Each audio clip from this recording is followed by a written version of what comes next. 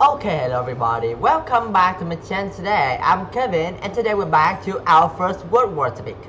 Our topic today is about the dangerous sea. So, talking about its name, we already know that we are going to talk about marine and submarine today. Yeah, about warship. So, it is not something complicated to explain, so let's get straight to our topic. So these things or this event happened by May 1915 when the Germany's submarine blockade around the Britain and causing a serious shortage of food and supplies. The German ships was received the order from the general to destroy anything that they thought that maybe will have troops or supplies to the enemy. And of course, they did it well.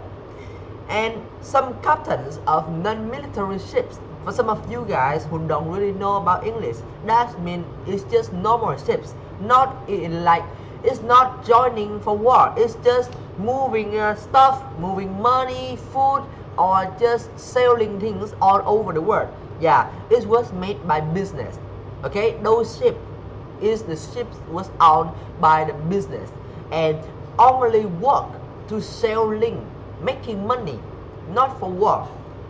And that means they are not soldiers, they are not a warship. Okay, so some captains of the non-military ships still not think or not having the concern of the report from the Germany embassy that when you get into that place, even when you are a normal ship or you are a battleship, you will always be destroyed and attacked by German ship because we are making a blockage. And this British ocean liner Lusitania, this Lusitania is a very famous ships in the past. Is one of the world's shortest and most elegant passenger ships. The passenger ships, which means that the ship is just taking when you want to go on a vacation. You would travel everywhere on the plans of the leader of the ships, and after that you get back to home. Yeah, it's just like a short vacation, or you will see like going plane, right? Nowadays we have planes, so we not using ships more often, as often as before. But when we want to admire the beauty of seas or just want to feel the air, we usually go to find a ship. And those ships that we could get in, even when we're just normal people, don't have anything special, we just need to pay money and then we get a vacation on the sea. Those ships was called the passenger ships, and Lusitania is one of them. This thing can carry almost 2,000 passengers and crew on a 6-day Atlantic crossing without the shortage of food. But even though it still have some shortage about coal and about fuel. And on May 1, 1915, the ship have left New York, bound for Liverpool. A few passengers were alarmed by an announcement from the newspaper of the German embassy that the water around Britain is very dangerous, and if you are a passenger ship or just a normal ship, you shouldn't come into the place because there are a very high risk that you might be sink with your boat. And the ship's captain, William Turner, saw no cause of concern. He didn't worry even a little bit about it. He still decided to go across the war zone place. And of course, this thing is a mistake. 5 days into the voyage, Turner received a telegram from Royal Navy headquarters. U-boat U-20 had just sunk to Macon ship.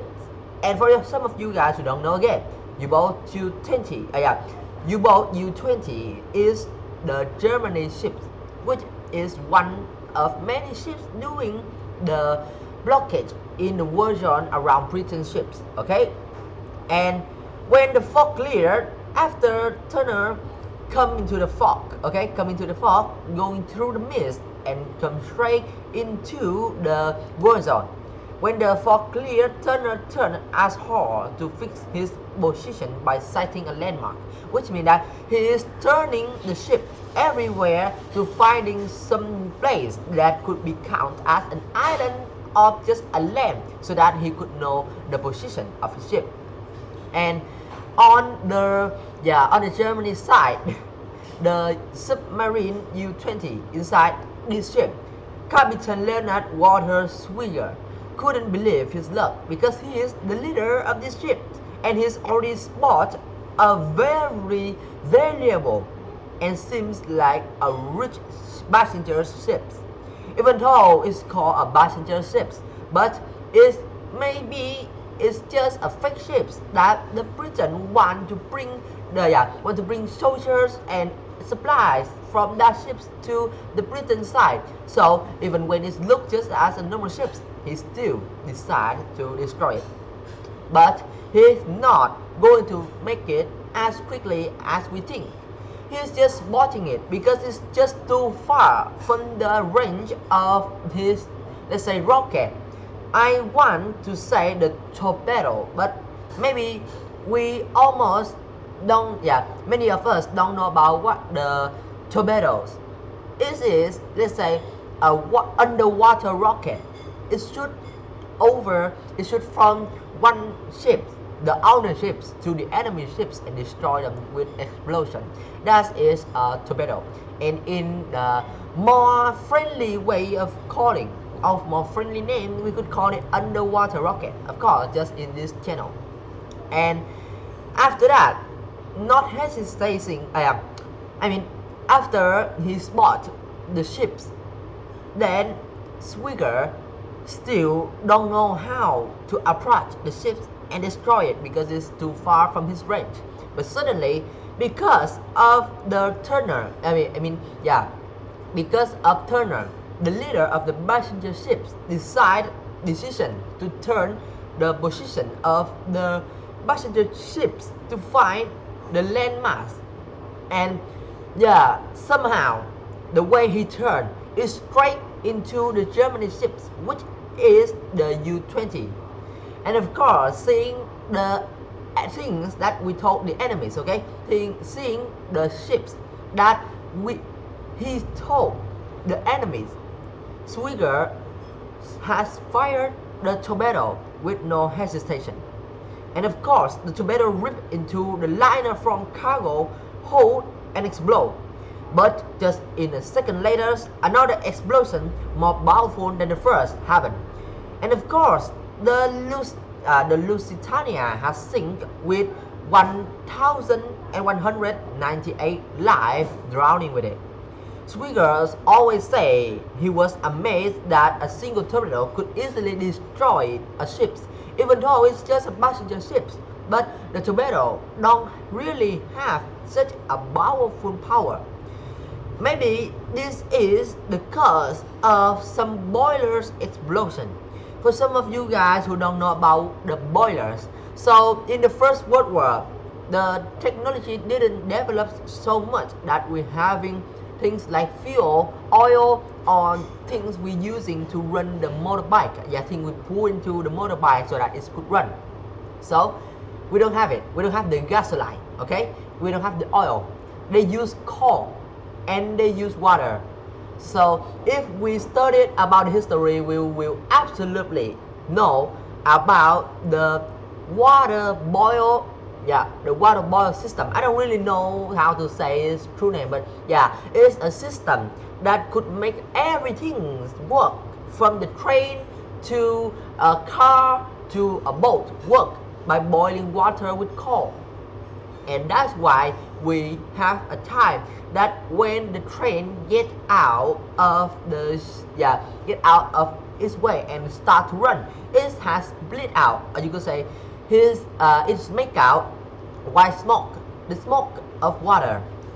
And after that, it's turned into using coal, and it has made the black smoke. Okay, so maybe if you guys don't understand English, there's no meaning in explaining these things, but if you guys know a little bit of English, I think it's enough for you guys to understand.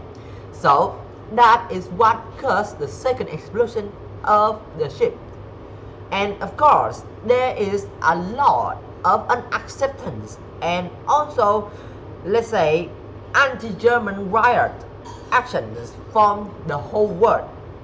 So, most damaging of all, it led some leading American politicians to assume that German is private, and they said Germans has made a piracy action, which means the action of a pirate, okay, and to call for the United States to join the war officially.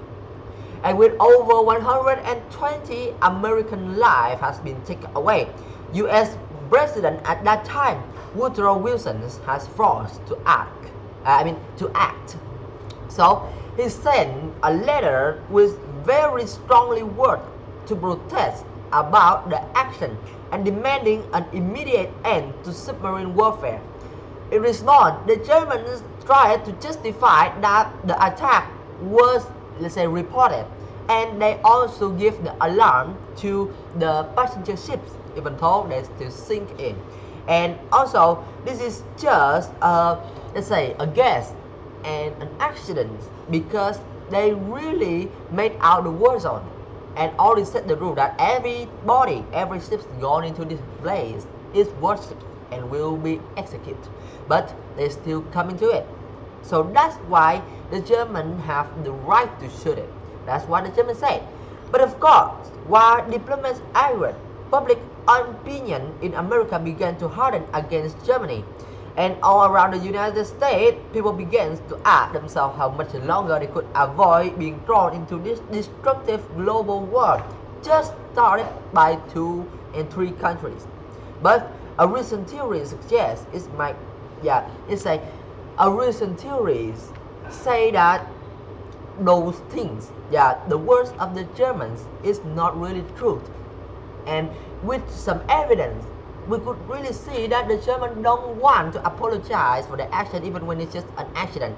And of course, it leads to the result that America and the United States has started an official war with Germany. Okay, so that's all I want to talk with you guys today about the war zone of Germans and how did Germany bore the United States into the First World War.